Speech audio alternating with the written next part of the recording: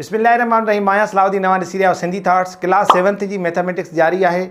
Unit 3 है decimals, जंहिंजे अंदरि असीं अॼु सेकंड लेक्चर है, जंहिंमें असां पढ़ंदासीं टाइप्स ऑफ डेसिमल्स, यानी घणा क़िस्म हूंदा आहिनि डेसिमल्स जा ऐं उहे कीअं फंक्शन कंदा आहिनि। हिन में ॿ क़िस्म आहिनि, टू टाइप्स ऑफ डेसिमल्स, यानी हिकिड़ो आहे terminating and non terminating decimals. यानी ॿ क़िस्म थींदा आहिनि डेसिमल्स जा, हिकिड़ा हूंदा आहिनि टर्मिनेटिंग, हिकिड़ा हूंदा आहिनि नॉन टर्मिनेटिंग।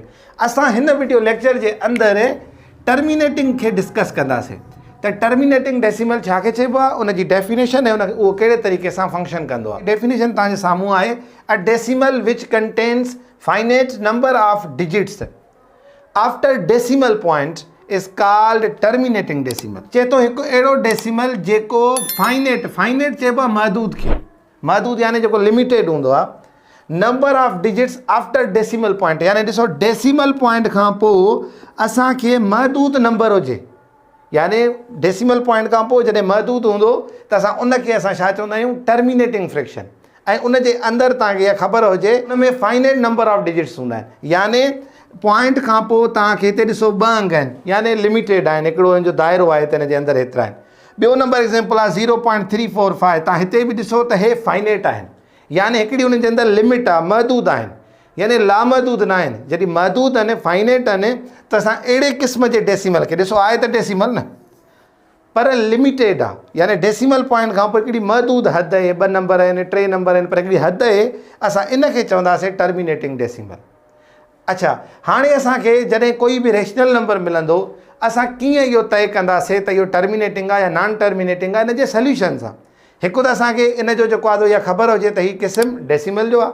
टर्मिनेटिंग जी डेफिनेशन असांजे साम्हूं आहे, एग्ज़ाम्पल बि साम्हूं आहिनि। अचो त हाणे हिकु ॿ एग्ज़ाम्पल करे असां हिनखे सॉल्व करे वधीक सम्झूं। असांखे दर्जो मिलियल आहे 1/4।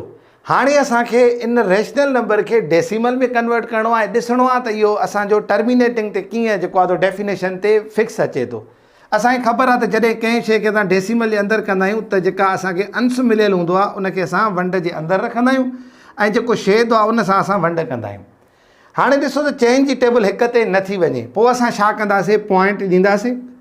असां पॉइंट जे बदिले में हेॾे अंदरि हिकिड़ो ज़ीरो ऐड कंदासीं। जॾहिं ज़ीरो ऐड कंदासीं त छा थींदो, बिचौंक 8। अॻिते छा कंदासीं, माइनस कंदासीं, 10 मां 8 वेंदा, छा बचंदा, 2 बचंदा। छा चेंज जी टेबल ॿिनि ते वञे थी, न। पोइ असां छा कंदासीं, जॾहिं डेसिमल पॉइंट त ॾिनल आहे न, असां हिन में ज़ीरो ऐड कंदासीं हिकिड़ो।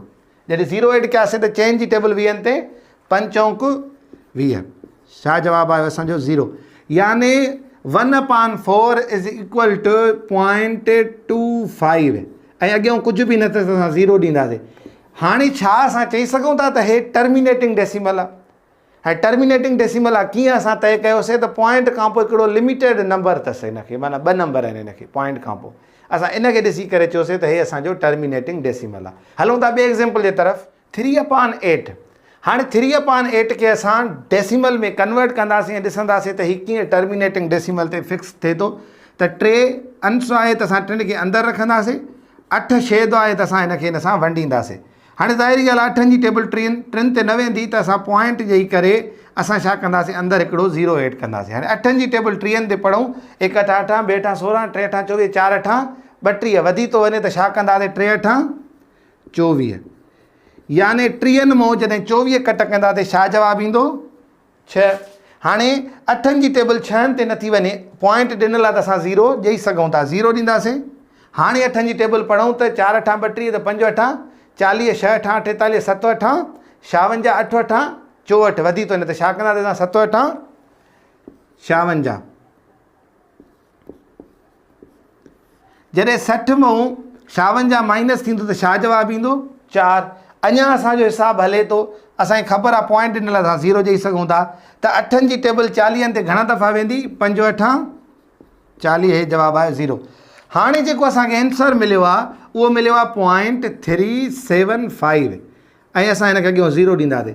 जॾहिं असां ॾिठोसीं त पॉइंट खां पोइ 3 नंबर आहिनि ऐं हिकिड़ी उन जे अंदरि फाइनाइट नंबर ऑफ डिजिट्स आहिनि, हिकिड़ा लिमिटेड ऐं महदूद आहिनि, त असां इन सां तय कंदासीं त हीअ असांजो टर्मिनेटिंग डेसिमल आहे। हाणे 3 नंबर एग्ज़ाम्पल असांजे साम्हूं आहे 1/2।